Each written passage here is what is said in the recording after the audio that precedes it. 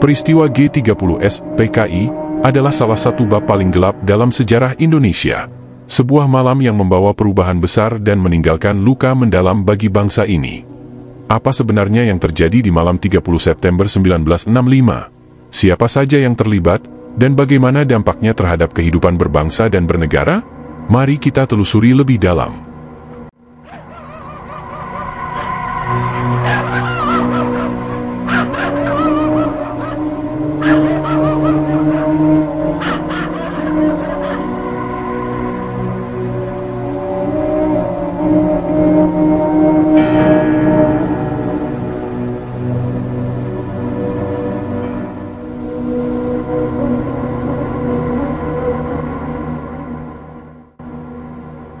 Di awal tahun 1960-an, Indonesia berada di tengah ketegangan politik yang semakin memuncak.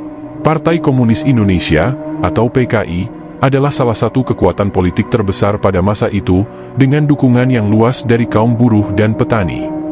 Namun di sisi lain, militer, terutama TNI Angkatan Darat, mulai merasa terancam oleh pengaruh besar PKI di pemerintahan.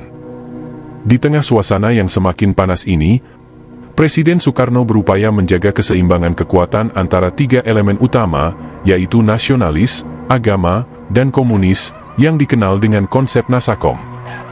Namun, strategi tersebut tak sepenuhnya berhasil meredakan ketegangan.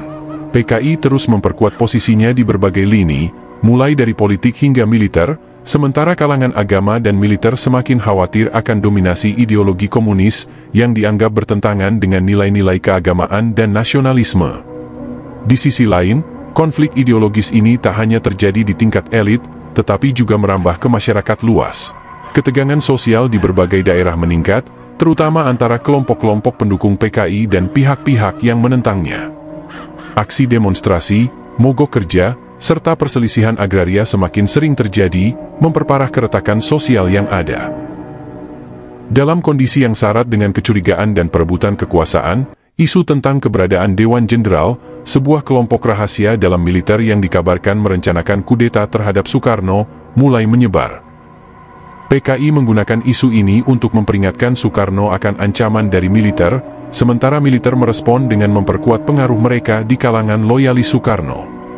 Ketegangan yang terus memuncak inilah yang menjadi latar belakang terjadinya peristiwa G30S pada malam 30 September 1965 yang kemudian mengubah sejarah Indonesia secara drastis.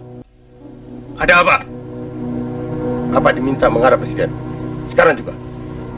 Sekarang, siap Jenderal.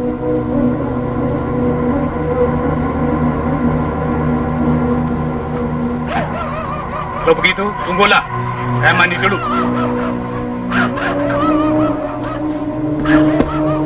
Sebaiknya tidak usah mandi, Jenderal. Paling tidak cuci muka toh dan berpakaian. Tidak usah berpakaian. Lancang kalian. Tahu apa kalian? Jadi.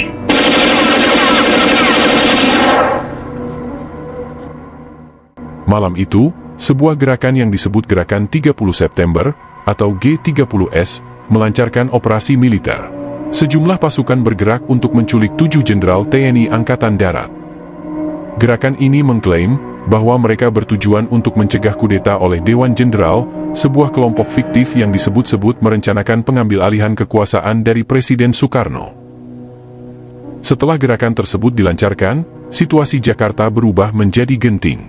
Pasukan yang dipimpin oleh Letnan Kolonel Untung dari Resimen Cakrabirawa, pasukan pengawal Presiden Soekarno, bergerak cepat untuk menculik para jenderal yang diduga terlibat dalam Dewan Jenderal.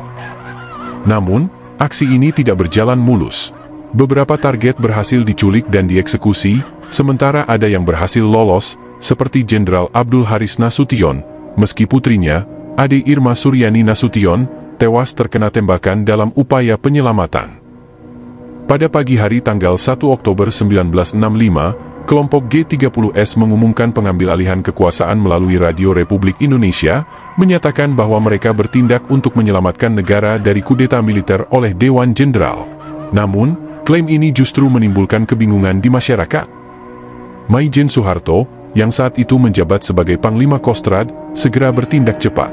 Ia mengumpulkan kekuatan militer yang setia dan mengambil alih kendali atas situasi. Pada malam harinya, RRI dan instalasi militer yang sempat dikuasai oleh G30S berhasil direbut kembali tanpa perlawanan berarti. Operasi militer yang dilakukan Soeharto berjalan dengan efektif, dan pada malam harinya, situasi Jakarta mulai kembali terkendali. Tanggal 3 Oktober 1965, jenazah para jenderal yang dibunuh ditemukan di sumur tua di Lubang Buaya. Penemuan ini memperkuat narasi militer bahwa G30S adalah sebuah gerakan pengkhianatan besar yang dipimpin oleh PKI. Sejak saat itu, PKI secara resmi dituduh sebagai dalang di balik peristiwa ini, meskipun banyak pihak kemudian mempertanyakan kebenaran klaim tersebut.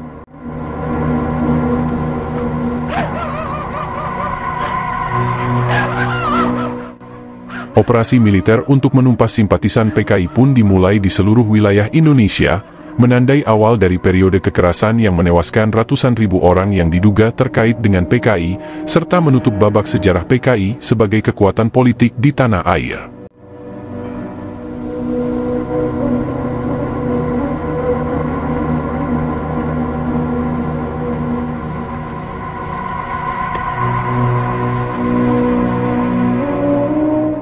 Setelah kudeta yang gagal tersebut, suasana politik berubah drastis. Dalam suasana politik yang semakin kacau, tuduhan terhadap PKI sebagai dalang peristiwa G30S semakin menguat. Propaganda anti-PKI disebarluaskan secara masif melalui berbagai media, menciptakan gelombang kebencian yang meluas di kalangan masyarakat. Ribuan orang yang dituduh sebagai anggota atau simpatisan PKI, termasuk mereka yang sebenarnya tidak terlibat langsung, menjadi korban dalam aksi penangkapan, pemenjaraan tanpa pengadilan, hingga pembantaian massal.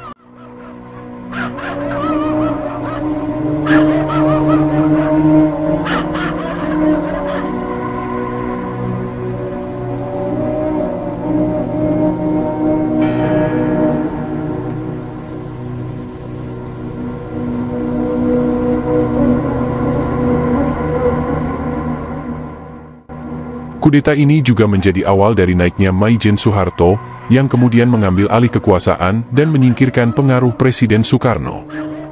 Maijen Soeharto, yang sebelumnya berhasil meredam gerakan G30S dan mengendalikan situasi keamanan, perlahan-lahan mulai memperkuat posisinya di kancah politik. Dengan dukungan penuh dari Angkatan Darat dan kelompok-kelompok anti-komunis, Soeharto berhasil menguasai pemerintahan, menyingkirkan pengaruh Soekarno, dan mengambil alih kekuasaan secara de facto pada tahun 1966 melalui penerbitan Surat Perintah 11 Maret atau Super Semar. Naiknya Soeharto ke tampuk kekuasaan menandai dimulainya era Orde Baru, sebuah rezim yang berkuasa selama lebih dari 30 tahun, dengan platform utama stabilitas politik dan pembangunan ekonomi. Namun, era ini juga diwarnai oleh pengawasan ketat terhadap kebebasan berpendapat, kontrol media, serta pelarangan ideologi komunis dan segala aktivitas yang berhubungan dengan PKI. Peristiwa G30S, PKI bukan hanya mengubah lanskap politik Indonesia, tetapi juga meninggalkan luka sosial yang mendalam. Hingga kini, banyak pihak masih memperdebatkan siapa dalang sebenarnya di balik peristiwa tersebut, serta bagaimana narasi sejarah seharusnya disampaikan. Tragedi ini menjadi pengingat bagi bangsa Indonesia akan pentingnya menjaga persatuan di tengah perbedaan, serta mendorong refleksi kritis terhadap masa lalu demi membangun masa depan yang lebih baik.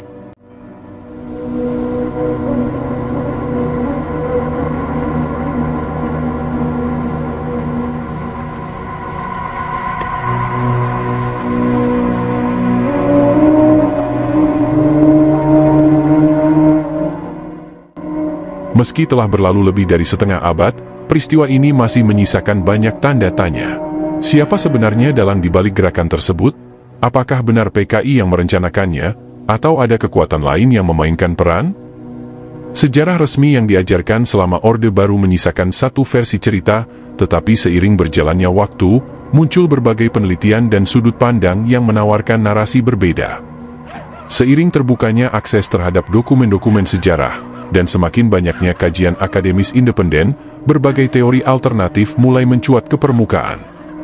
Beberapa sejarawan berpendapat bahwa peristiwa G30S tidak sepenuhnya dirancang oleh PKI, melainkan melibatkan faktor-faktor internal militer, konflik elit politik, serta pengaruh asing yang ingin mempertahankan dominasi geopolitik di kawasan Asia Tenggara pada masa Perang Dingin.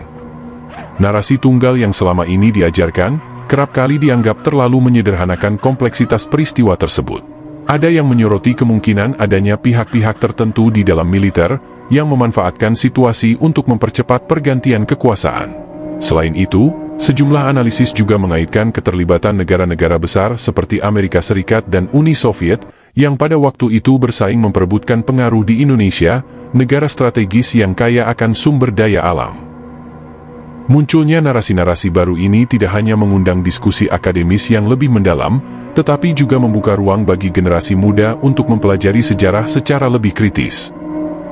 Pentingnya memahami berbagai perspektif sejarah ini bukan semata-mata untuk mengorek luka lama, tetapi untuk mengevaluasi bagaimana bangsa Indonesia menghadapi perbedaan dan konflik ideologi pada masa lalu, sehingga mampu membangun masa depan yang lebih inklusif dan demokratis. Hingga kini, peristiwa G30S PKI tetap menjadi salah satu episode kelam dalam sejarah Indonesia yang terus dipelajari dan diperdebatkan. Kesadaran akan pentingnya mencari kebenaran sejati dan mendengarkan berbagai suara yang pernah dibungkam menjadi langkah awal menuju rekonsiliasi yang sejati agar bangsa ini dapat berdamai dengan masa lalunya dan bergerak maju dengan semangat persatuan.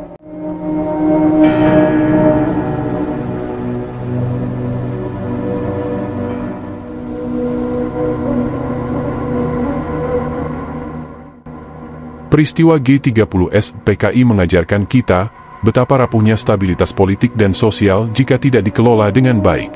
Perbedaan ideologi yang tajam bisa berujung pada tragedi jika tidak diimbangi dengan dialog dan saling pengertian. Hari ini, sebagai bangsa, kita perlu mengambil pelajaran dari masa lalu untuk menjaga persatuan dan tidak lagi terjebak dalam konflik yang merusak. Selain itu, peristiwa ini mengingatkan kita akan bahaya propaganda dan manipulasi informasi dalam membentuk opini publik. Selama masa Orde Baru, narasi yang dominan diciptakan oleh pihak yang berkuasa, sementara suara-suara yang berbeda dibungkam.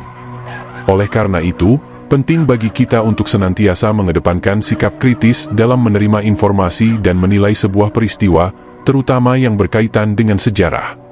Di era modern ini, perbedaan ideologi, pandangan politik, dan latar belakang sosial tetap menjadi bagian tak terpisahkan dari kehidupan bangsa yang majemuk. Namun, dengan memahami sejarah sebagai cermin, kita dapat belajar bahwa kunci menjaga keharmonisan adalah keterbukaan terhadap dialog, penghormatan terhadap perbedaan, serta menjunjung tinggi nilai-nilai demokrasi dan keadilan. Mengenang peristiwa G30S PKI bukan sekadar untuk mengingat tragedi yang pernah terjadi, tetapi juga sebagai pengingat akan tanggung jawab kita semua dalam menjaga keutuhan bangsa. Dengan belajar dari masa lalu, kita dapat memperkuat fondasi persatuan, menolak segala bentuk kekerasan dan diskriminasi, serta bersama-sama membangun masa depan yang damai dan adil bagi seluruh rakyat Indonesia. Mari jadikan perbedaan sebagai kekuatan, bukan sebagai alasan untuk saling berpecah. Hanya dengan itu kita bisa memastikan bahwa tragedi serupa tidak akan pernah terulang kembali.